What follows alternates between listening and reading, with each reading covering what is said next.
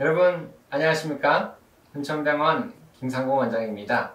오늘은 어깨 탈골, 어깨 탈구에 대해서 알아보겠습니다. 한 번 빠지면 그냥 어깨 탈골, 2번 이상 빠지게 되면 습관성 어깨 탈골, 탈구, 재발성 어깨 탈골이라고 이야기를 하죠. 오늘은 수술하는 자세를 좀 알아보고요. 마취, 하 검사, 또 뼈의 양을 측정하는 골양 측정, 그리고 병변 분리, 나사모 삽입인데요. 천천히 좀 알아보도록 할게요. 어려운 내용 아니에요. 여러분들 궁금해하는 것이 수술할 때 어떤 자세에 취하느냐라고 궁금을 합니다. 어깨 탈골 수술은 특이하게 옆으로 누워서 해요. 전방 안정화 수술에서 선호된 체위라고 하죠. 그렇게 하게 되면은 전방 및 후방에서 어깨 수술하는 의사가 왔다 갔다 할 수 있어요. 그런 장점이 있어요.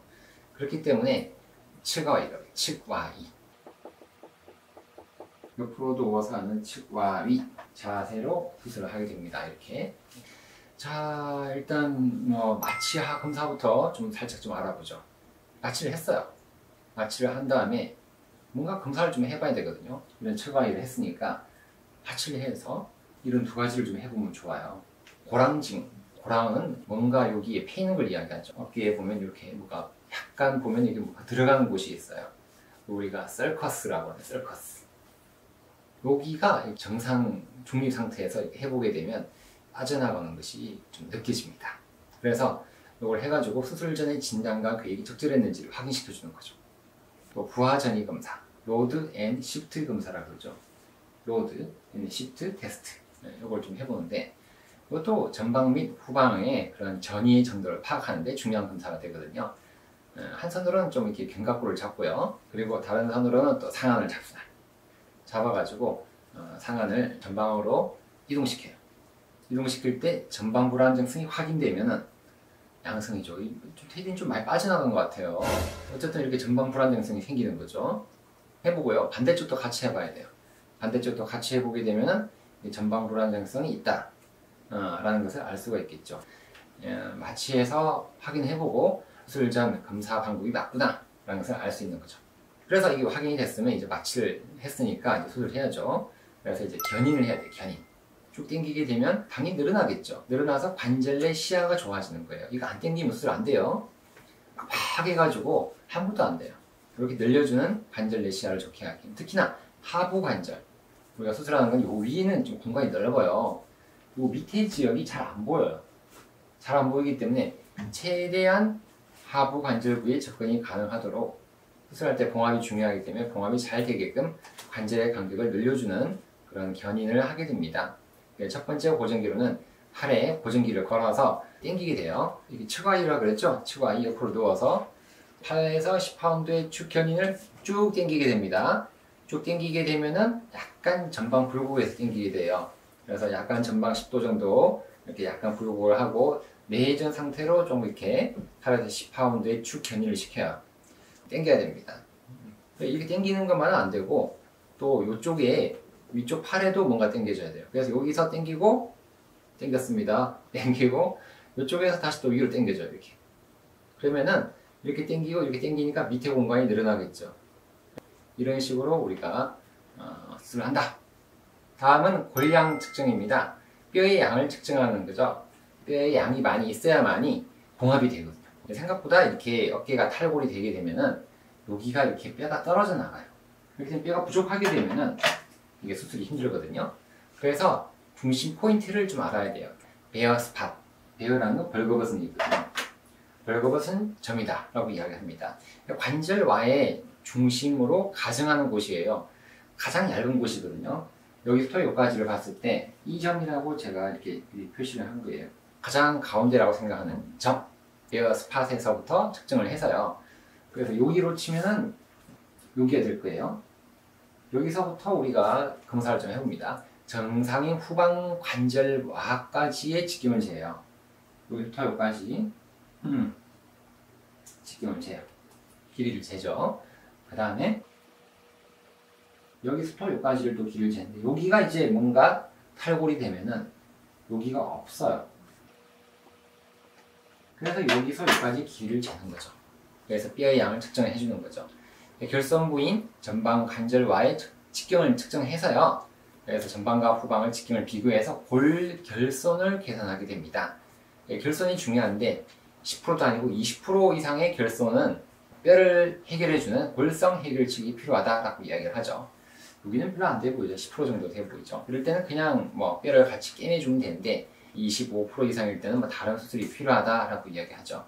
골량 측정을 해보면 좋아요. 근데 하다 보면은 이게 또 까먹어요. 귀찮게 잘 안 하게 되거든요. 꼭 같이 해가지고 골량을 측정해서 어느 정도까지 손상이 됐구나 하는 것을 비교해보면 좋겠습니다.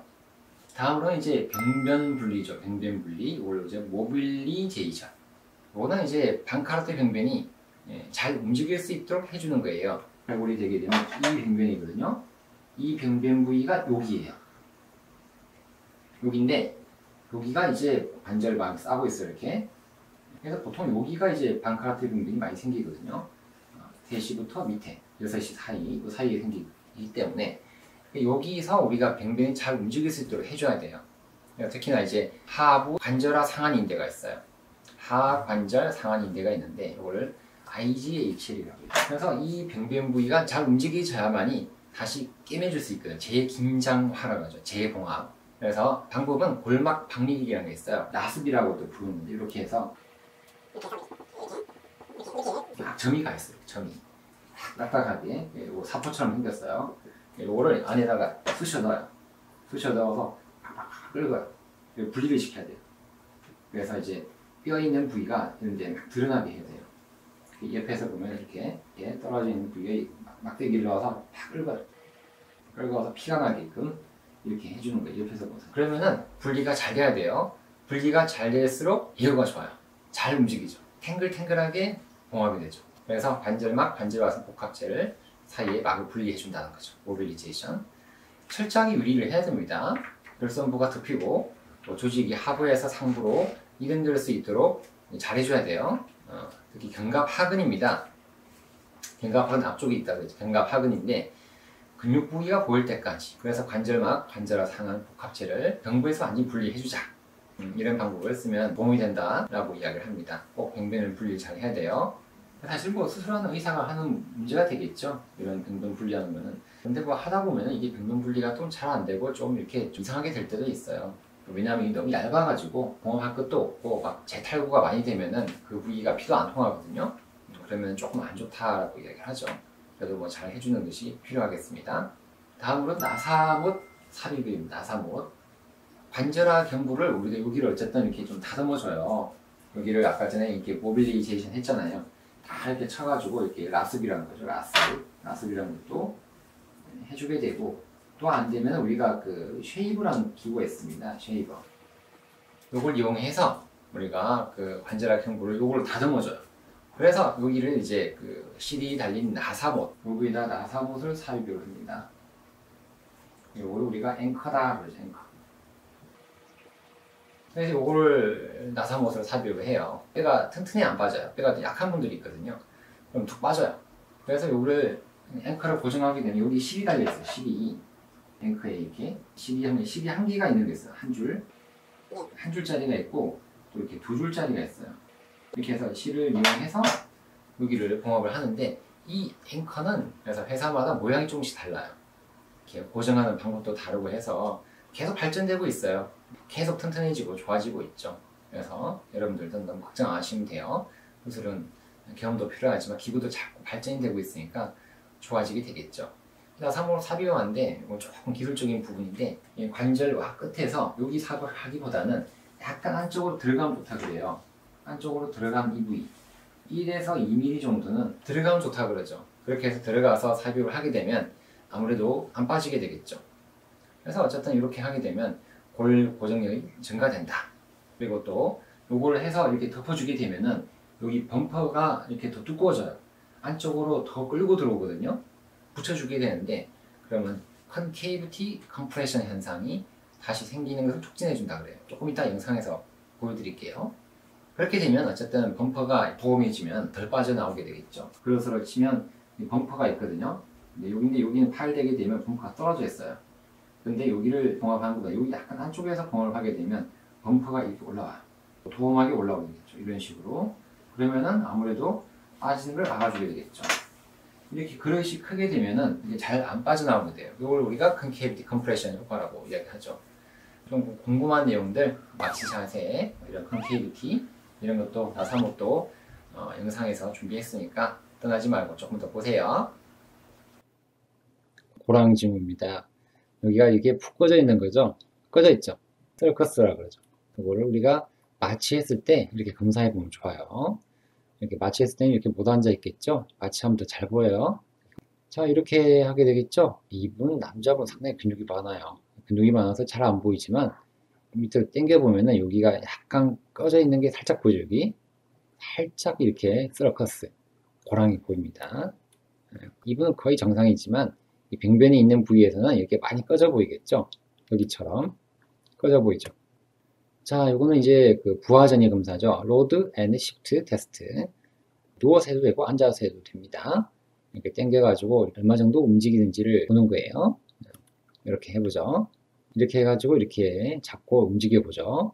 이렇게 움직여보는데 움직일 때 얼마만큼 움직이는지가 중요하겠죠. 힘을 쭉 빼고 있어야 돼요. 근데 마취하면 저절로 힘이 빠지니까 검사가 잘 나와요. 좀 빠져나오죠, 이분도. 그래서 이런 걸 마취했을 때 서커스랑 부하전이 검사를 같이 해보게 되면 도움이 되겠죠. 수술 전에 우리가 이학적 검사랑 MRI 검사에서 다 맞았구나. 그러니까 이 수술은 반드시 해야 되겠구나 라는 것을 우리가 정당성을 가질 수 있게 되겠죠. 베어 에리어, 벌거벗은 포인트. 정상적으로 가장 얇은 부분이 되어 있네요. 여기죠. 얇아 보이죠? 제일 얇아요. 여기는 이제 절대로 연골 손상과 혼돈하면 안 돼요. 근데 여기 MRI 보시면요, 뭔가 여기가 결손이 있는 것처럼 보이죠. 연골이 안 좋아지는 것처럼 보이는데 여기도 네, 사실은 뭐 정상적인 부분이다 라고 보셔야 되겠죠. 뭐 관별 진단 해야 되고 여기서 보고 길이를 재는 거예요. 이까지 길이를 재고 이까지 길이를 재었을 때 손상이 있다 그러면 여기가 푹 꺼지겠죠. 여기가 위쪽이고 아래쪽인데 여기가 이제 길이가 다르다는 것을 보고 돌량을 평가할 수가 있는 것이 배열이에요. 여기죠. 위에 보니까 여기 파란색은 꽤 길죠. 길이가. 여기는 좀 짧아요. 빨간색. 직경이 차이가 나죠. 네, 그래서 여기에 손실 범위가 25% 이상이면은 우리가 골성 수술을 해줘야 됩니다. 뭔가 뼈를 당겨오다든지 다른 방법 뼈를 붙여준다든지 해야 되고, 근데 조금 10% 정도 내면은 그냥 뼈랑 관절막을 같이 묶어주면 돼요. 자, 이거는 컨케이비티 컴프레션 현상인데요. 컨케이비티라는 거는 불룩한 거예요. 컨케이비티가 될수록 볼은 안 빠져나가겠죠. 이 크면 클수록 안 빠져나가요. 그리고 오목한 부위가 클수록 여기는 컴프레시브 폴스, 압력은 더 세지는 거예요. 압력은 세져서 어깨가 안 빠지는다고 보셔야 돼요. 자, 방카르트는 우리가 이 부분이 떨어진 걸 방카르트 평균이라고 그러죠. 방카르트 봉합 방법은 이런 식으로 봉합을 하게 되는데요. 요게 이제 앵커예요. 앵커를 여기다가 고정을 해줍니다. 나사못이라고 그러죠. 나사못을 고정을 하게 되면 실이 있어요. 실을 이용해서 한 가닥을 봉합을 한 거예요. 실이 2개 있으면 2개를 봉합, 3개가 있으면 3개를 봉합할 수 있게 되겠죠. 그래서 기술이 발달해서 실도 좋아지고 나사못도 많이 좋아진 거예요. 이렇게 해서 봉합을 하는데 문제는 여기까지는 봉합이 조금 되는데 여기서부터 상당히 어려워요. 6시 지역에 이렇게 방카르트 병변이 있으면 빨간색이 여기 빙변 부위예요. 근데 이게 여기까지 있으면 상당히 안 돼요. 그렇기 때문에 여기를 봉합을 하기 위해서 측어위에서 8에서 10파운드를 견인을 하게 됩니다. 여기 왜냐하면 여기에 다운골두가 여기에 딱 이렇게 있어요. 그러니까 요거 때문에 봉합이 안 돼요. 상당히 힘들어요. 5시만 가도 좀 힘들어지거든요. 6시 되면 더 힘들어져요.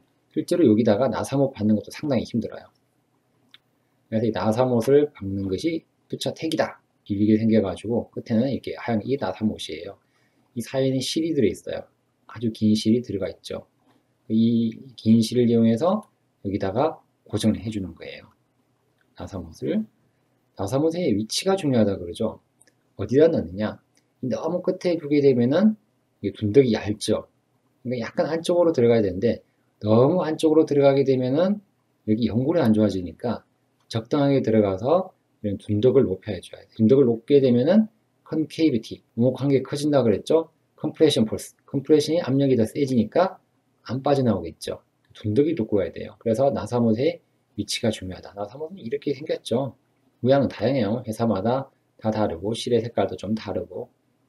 그래서 이렇게 측아 위로 하는 거예요. 당겨주고 한 번 더 당겨준다 그랬죠. 두 방향으로 당겨주면서 이 밑에 있는 공간을 상당히 늘려줘야 5시, 6시 지역에 있는 반카라트의 병변이 봉합이 된다라고 보셔야 돼요. 그래서 이렇게 측아 위로 합니다. 앞에도 보고 뒤에도 보고 하면서 왔다 갔다 하면서 수술을 할 수 있게 되겠죠. 충분한 유리술, 모빌리제이션을 해줘야만이 둔덕이 높아지게 됩니다. 대강 하게 되면 안 돼요. 철저하게 유리술을 해서 빡빡 긁어줘야 돼요. 빡빡 긁어주게 되면 이 녀석이 위로 쑥 올라와요. 범퍼가 만들어지죠. 이렇게 두꺼운 범퍼가 만들어지면 이런 식으로 도움하게 되고, 이렇게 되면은 봉합이 잘 되죠. 충분한 라습이라 그러죠. 타퍼 같은 것으로 쭉 유리를 해주게 되면 변과 파근도 보이죠. 근육도 보이면서 이렇게 충분히 잘 됐다 할 때는 너무 이쪽에서 박으면 안 돼요. 이쪽에서 박게 되면은 연골 부분 다 떨어져 나가요. 봉합도 안 돼요. 나사못이 빠져나오기 때문에. 그래서 더 2mm 정도 약간 안쪽에서 나사못에 삽입을 해주는 거죠. 방향도 중요하거든요. 보시면은 HH가 이게 휴머럴 헤드 상골두거든요. 보시면 이 지역에는 상당히 박기가 힘들죠. 그래서 견인을 잘 해줘야 돼요. 안 되게 되면 옆에 있는 어시스트가 힘차게 당겨줘서 들어줘야 됩니다. 그렇게 되면 이 지역까지 봉합이 되겠죠. 나사못을 잘 삽입을 하고 여기를 당겨서 또 붙여야 돼요. 그래서 6시 지역으로 가면 갈수록 상골두가 가로막혀가지고 잘 봉합이 힘들어요. 그래서 잘 해야 됩니다. 자, 영상 보고 나니까 많이 이해되셨습니까? 혜디야, 많이 이해됐어? 오늘도 영상이 마음에 들었다 그러면 좋아요와 구독은 꼭 눌러주시면 감사하겠습니다. 오늘도 건강하고 행복한 하루 되십시오. 안녕히 계십시오.